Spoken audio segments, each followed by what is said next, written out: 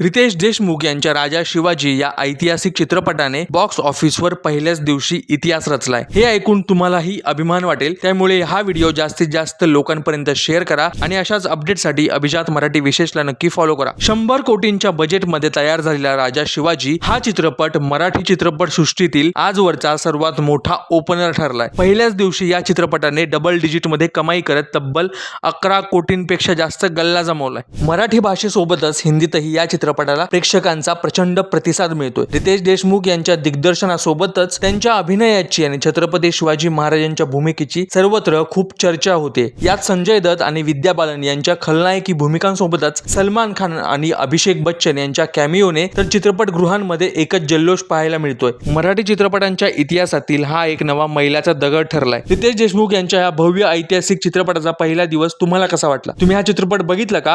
हे आम्हाला नक्की कमेंट्स मध्ये नक्की सांगा।